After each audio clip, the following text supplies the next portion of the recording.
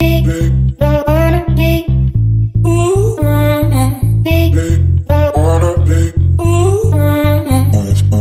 à tous, je suis super contente de vous retrouver aujourd'hui. Je vais plutôt partager avec vous mes favoris du moment. Ça fait longtemps tout court que je n'ai pas filmé, ça me fait un peu bizarre. Ça fait plaisir de vous retrouver, j'espère que vous êtes contents d'être avec moi. J'ai pas du tout préparé d'intro, je ne sais pas quoi dire. Ça fait tellement longtemps que j'ai pas mis en ligne une vidéo. Bref, je suis super contente d'être là. Ça fait longtemps que je n'ai pas partagé mes favoris. Et c'est parti. Mes lunettes sont... Il me faut un truc pour les essuyer. J'ai mis un joli pull pour l'occasion. On est prêt, c'est parti. Pas de maquillage, nature. Je sais pas quoi faire de mes cheveux. Donc c'est parti pour mes favoris. Je me suis remise à lire.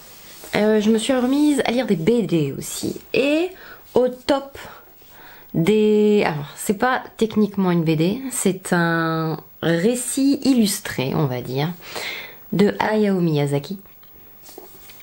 Il est sorti il y a 40 ans. Il l'a écrit bien avant de fonder les studios Ghibli. C'est une merveille. Si vous aimez déjà le style de Miyazaki, on retrouve dans ce conte illustré l'univers, l'ambiance, les héros, les dessins de tout ce qui fait les studios Ghibli. Donc je suis terriblement fan.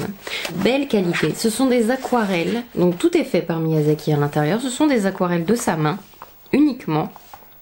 Il y a très peu de dialogue à l'intérieur. Je crois qu'il doit y avoir que quelques bulles qui se battent en duel. C'est donc comme je vous disais un récit illustré et il est de toute beauté. On a les héros, l'héroïne, l'ambiance, la magie d'un Miyazaki. Enfin, c'était déjà lui avant d'être lui, si vous voyez ce que je veux dire. Et donc ça s'appelle Le voyage de Shuna.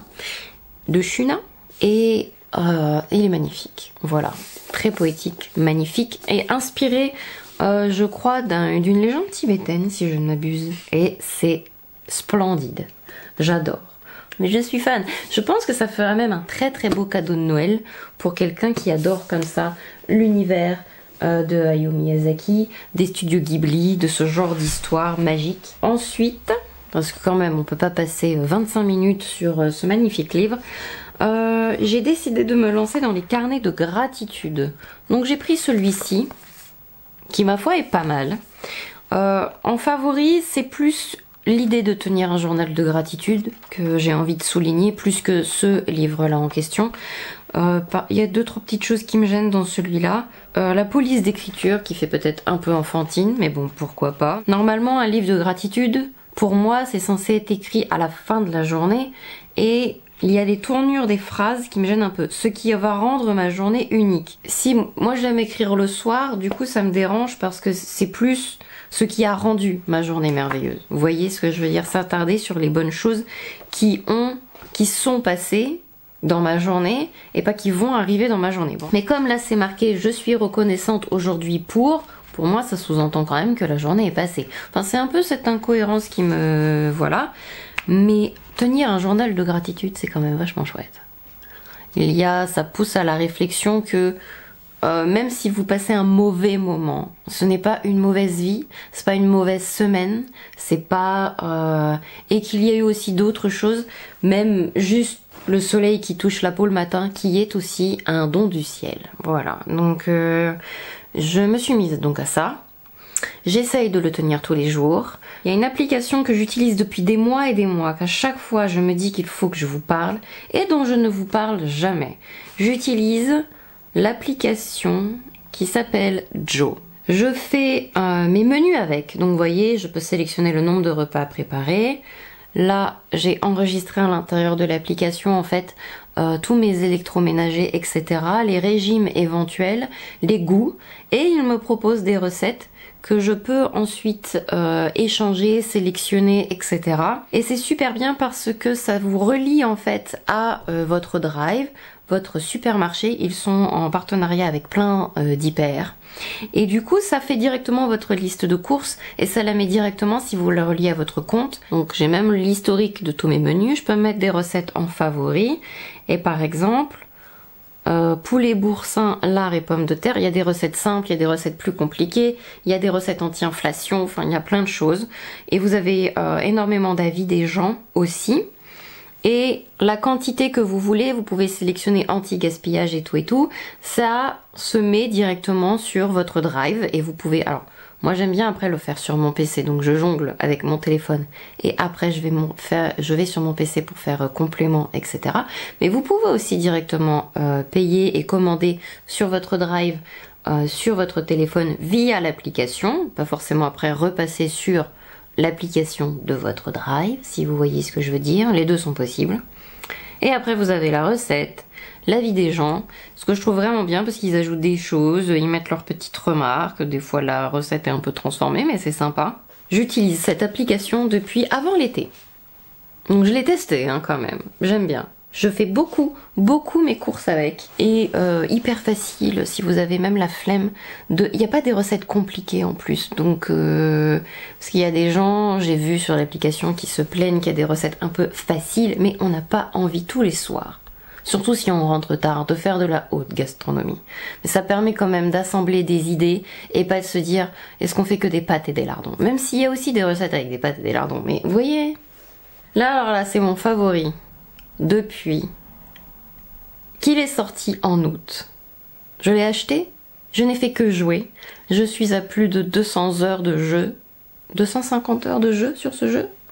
Bref, c'est Baldur's Gate 3. C'est pas possible de ne pas mentionner ce jeu dans cette vidéo. Tellement, voilà, j'ai joué plus de 200 heures, donc c'est que je l'aime. Ceux qui savent, savent. Mais voilà, c'est le fond d'écran de mon téléphone. J'adore ce jeu. Il est... D'ailleurs, je crois que j'ai vu tout à l'heure qu'il avait reçu 8 prix, dont le plus important. Moi, j'ai pas lu l'article, j'ai juste vu le titre et je suis entièrement d'accord. Ce jeu est excellent, il est extrêmement bien fait. Alors, à une époque, si vous me suivez depuis longtemps, vous saviez que j'avais craqué sur un jeu qui s'appelle Divinity Original Sin 2. C'est les studios Larian qui ont fait ce jeu et ce sont eux aussi qui ont fait Baldur's Gate 3. J'étais très contente quand j'ai appris que c'était eux qui se chargeaient de Baldur's Gate 3. Déjà de base, j'étais fan des Baldur's Gate. Je suis fan de ce que font les studios Larian et absolument pas déçue. La réalisation, le fond, l'histoire, les compagnons, parce que donc on est un personnage, on peut faire un personnage voilà soi-même, et on a après des compagnons qui ont leur propre histoire, leur propre quête. Il y a la quête principale. Chaque histoire, chaque personnage est extrêmement bien travaillé. Les voix sont merveilleuses. Alors c'est tout en anglais, au niveau des voix, sous-titrées. Comment vous dire? Les personnages, les expressions, les lieux, l'ambiance, l'histoire. J'ai joué plus de 200 heures pour vous dire. J'ai refait l'histoire plusieurs fois parce que j'ai choisi des compagnons différents, je fais des classes différentes. Je fais des choix différents aussi pour voir ce que ça donne parce que vous faites des choix en fait dans ce jeu qui influent l'histoire. Il y a plus de 17, je crois qu'il y a plus de 17 fins possibles. Il y a énormément de paramètres à prendre en compte selon les choix que vous faites, là où vous allez, les quêtes que vous réalisez, etc. C'est magnifique. Faudrait que je fasse juste une... Alors, je suis pas une chaîne de jeux vidéo, faudrait que je fasse juste une vidéo pour vous expliquer quel point ce jeu est merveilleux, mais c'est pas le sujet complet de cette vidéo. Ce jeu est fantastique. Essayez-le. Pour ceux qui ne savent pas, si vous connaissez l'univers de Donjons et Dragons, les dieux, divinités, etc. qui sont à l'intérieur, les classes que vous pouvez jouer, le système de combat, ce sont des combats au tour par tour, mais avec un système de D20, c'est du Donjons et Dragons. Voilà. Peut-être que ça va achever de vous convaincre si vous aimez l'univers de Donjons et Dragons. Voilà. J'ai tout dit. Drop the mic. Si, j'ai un truc de maquillage quand même. Cette palette que j'ai essayée lors de mon dernier live, c'est la palette de chez NYX, la Ultimate Flamingo Frost. Palette de Noël, qui est... Oh, j'aurais peut-être dû me maquiller un peu, j'ai des cernes. Enfin bref. Elle est super jolie cette palette. Super jolie. Oh, on dirait le fard que j'avais tout à l'heure. Les fards sont jolis. Juste sur ma petite peau, sans... je vois rien. J'adore. Les fards sont vraiment ravissants. Sans base et rien, hein, juste sur ma peau. Ça se travaille bien, ça accroche bien, c'est pigmenté, c'est joli. Je montre avec du fard rose sur la joue. Les fards mat aussi sont très jolis. J'ai fait un très joli maquillage avec. Le live est toujours disponible en replay si jamais ça vous intéresse. J'ai fait d'autres maquillages avec que j'ai beaucoup aimé. Elle est pas très chère et je la trouve très bien. Et elle est pratiquement pile poil dans les tonalités de Noël que j'ai envie cette année. Donc je trouve ça fantastique. Soins du visage, j'en ai 3. Et après c'est que les cheveux, dis donc. Qu'est-ce qui se passe? Ça fait, je crois que je vous en ai jamais parlé, mais je l'utilise depuis 1 an et demi. Ce sont des patchs pour les yeux qui sont réhydratants. Je les chope sur Amazon. La composition est assez simple en soi, hein. Il y a de l'extrait d'amamélis, il y a du bêta-glucan, du propylène, de la glycérine, du collagène. Le petit reproche que je pourrais leur faire, c'est qu'ils glissent peut-être un peu. Si vous êtes hydraté, ils vont glisser, mais ils sont très hydratants et ils contiennent une formule qui ne fait pas bouger le maquillage, ou c'est pas difficile de maquiller après et ça ne pèle pas. Il y a certains patchs en fait, j'adore utiliser les patchs en fait avant un maquillage de soirée ou un maquillage un peu important et tout. On veut, c'est hyper confortable, c'est rafraîchissant et je trouve que c'est l'alternative idéale par rapport, si vous avez vu sur mon Instagram l'astuce d'utiliser un sérum hydratant sous les yeux. J'aime soit ça, soit utiliser des patchs. Ils font partie de presque seul patch où je suis sûre que le maquillage ne va pas peler après par-dessus. On masse, on peut maquiller direct après, nickel, aucun problème. Voilà. J'ai racheté mon nettoyant de chez Youth to the People. Je vous mets la photo juste là parce que j'ai pas emmené la bouteille. Il fait partie de mon nettoyant favori de l'année. N'hésitez pas, j'essaierai de penser à mettre la vidéo en barre d'infos, les meilleurs soins de 2023. Jetant le nettoyant, je me suis dit tiens, essayez ces produits-là. J'adore. Donc c'est le Superfood Unity Exfoliant avec de l'acide mandélique à l'intérieur. Il y a 3% de AHA, 2% de BHA, 1% de PHA. Ils servent pas tout à fait tous à la même chose. Il y en a qui vont, grosso modo, c'est un exfoliant, mais faudrait faire une vidéo là-dessus. Qu'est-ce que je voulais que je vous dise, moi? À chaque fois que je dis un truc, j'ai l'impression que je pourrais passer ma vie à l'expliquer, mais on peut pas y passer 30 minutes. L'odeur est un peu bizarre, c'est juste ça qui me perturbe. L'odeur est un peu spéciale, mais il fonctionne très bien. Il exfolie bien et j'aime beaucoup l'utiliser. C'est la première fois avec ce flacon là que j'utilise de l'acide mandélique et je dois dire que c'est vraiment pas mal. Et je trouve ça plus complet que de juste utiliser du BHA, en tout cas pour moi, parce que j'ai pas énormément d'acné, ni de boutons, ni de pores extrêmement obstrués, même si ça m'arrive. Donc j'aime bien avoir un mélange comme ça d'acide exfoliant. Et alors j'utilise ça 2 fois par semaine, hein, je précise. Et j'aime beaucoup ce masque aussi. C'est le Super Clay Purify and Clear Power Mask. Il y a du niacinamide, du kombucha et du BHA. Ça s'utilise 1 fois à 3 fois par semaine. C'est un masque à l'argile amélioré. Et il est très sympa à utiliser. Et je vois que effectivement ma peau est plus jolie après l'avoir utilisé. J'aime beaucoup. Il n'y a pas beaucoup de masques à l'argile que j'aime bien. Je réfléchis, mais là il n'y en a aucun d'autre qui me vient à l'esprit. J'aime pas beaucoup de masques à l'argile. Si, le masque à l'argile rose de L'Oréal, je l'aime bien. Celui-ci, je l'aime beaucoup. Niacinamide, vous savez que c'est le couteau suisse. Le kombucha, il y a beaucoup de produits récemment, enfin peut-être en début d'année plus, qui sont sortis avec du kombucha à l'intérieur. Fresh en a sorti un, il me semble. BHA. On va passer aux produits cheveux. Il y a un masque que j'aime beaucoup utiliser.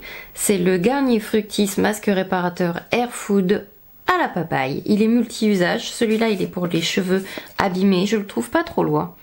L'odeur est divine. La texture est top. J'aime beaucoup. Je le fais 1 fois par semaine. En tant que masque, parce qu'on peut l'utiliser aussi en soin démêlant. On peut l'utiliser en soin sans rinçage. En soin sans rinçage, je le trouve trop lourd pour mes cheveux. Hyper fin. Il est sans silicone, si jamais vous n'aimez pas utiliser des silicones dans vos cheveux. Moi ça ne me dérange pas. J'utilise des huiles des silicones, tout ce qui peut protéger en fait ma fibre capillaire. Et depuis que je fais tout ça, de toute façon, mes cheveux sont beaucoup plus beaux qu'avant. Mais j'aime beaucoup l'utiliser en fait, tout simplement. Ensuite, je me suis mis à tester cet exfoliant pour les cheveux de chez Sephora. Alors, il est pas mal et c'est pour ça qu'il est dans cette vidéo là. C'est une bonne alternative pas chère, agréable à utiliser, efficace, ce qu'on lui demande quand même beaucoup. Après, si je devais choisir un favori, je préfère celui de Coco & Eve, qui est plus facile au niveau de l'application en fait. C'est juste ça, je trouve plus facile à appliquer. Mais celui-ci est très bien. Exactement ce que ça sent, le vinaigre de cidre. Bah ça sent le vinaigre de cidre. Il est très très bien, il se rince bien et c'est un peu plus dur à appliquer vraiment au niveau du cuir chevelu, mais ça exfolie quand même très très bien. Je fais ça une fois par semaine, très précisément le mercredi si ça vous intéresse. Le dimanche je fais un masque, le mercredi je fais mon exfoliant. Avec les shampoings et tout, hein, bien sûr, j'utilise pas que ça. Mais honnêtement, je pensais pas que cet exfoliant serait si bien. J'avais pas envie de mettre autant cette fois-ci que la dernière fois. Les autres qui me plaisaient étaient très chers. J'avais envie d'un plus petit budget, on va dire. Et ma foi, je crois que je le rachèterai. Et ensuite, alors ça par contre, c'est un budget plus... mais j'en achète tellement peu que je me suis dit, allez, pourquoi pas. La laque lumineuse avec un fini médium. Elle est légère, tenue souple, sans résidus. Alors sans résidus. Disons que ça se sent quand même hein, quand vous mettez de la laque dans les cheveux. Hein. Ça va pas vous faire la douceur des cheveux qui viennent d'être lavés. Hein. Mais c'est vrai que ça ne se voit pas en fait par rapport à certaines laques que j'ai pu tester. Surtout que j'ai les cheveux fins. Donc forcément si vous touchez, si vous avez besoin de mettre beaucoup de laque, ça va se sentir au niveau du toucher, mais ça ne va pas se voir au niveau de la vue. Voilà, les gens vont pas se dire ah elle a mis 3 tonnes de laque. Ça fait un cheveu lumineux, brillant, naturel, on va dire. Voilà. Ça, c'est un spray qui est très efficace et que j'aime beaucoup. Il tient très très bien mes boucles et j'ai les cheveux très très fins et ça c'est pas évident à faire. Et ensuite c'est mon nouveau protecteur quand je veux utiliser mon sèche-cheveux pour aller plus vite ou quand je veux. D'ailleurs je l'ai mis tout à l'heure. Parce que j'ai accéléré avec un sèche-cheveux le séchage de mes cheveux comme je sortais et quand je vais utiliser éventuellement un fer à boucler etc. Donc le protecteur absolu qui va jusqu'à 230 degrés qui protège les cheveux donc de la chaleur. Les deux ce sont des produits Moroccan Oil, ils sentent bon. Je l'ai oublié de le dire, c'est hyper important, ils sont très très très très bons. Et il est vraiment avec une formule légère, il fonctionne bien quand même. Mais vous voyez que je me suis séché les cheveux au sèche-cheveux tout à l'heure. Et ils n'ont pas de... Même si j'ai aspergé de ce produit-là, en plus le spray est hyper fin. Même si... Et ça sent bon. Et même si j'ai utilisé ça, je voulais dire, avant de me sécher les cheveux avec le sèche-cheveux, j'ai pas... Mes cheveux, on dirait que j'ai rien mis dessus, quoi. Vous voyez ce que je veux dire ? Même là, ça ne se sent pas au niveau du toucher. Voilà, je vous ai parlé de tout. J'espère que ça vous a plu, ce petit tour de mes favoris du moment. Je vous fais plein de gros bisous. Je vais me répéter, mais je suis très contente de vous retrouver. J'ai hâte de lire vos commentaires. Et puis, moi, je n'ai plus qu'à vous dire à très bientôt pour une prochaine vidéo. Bye bye.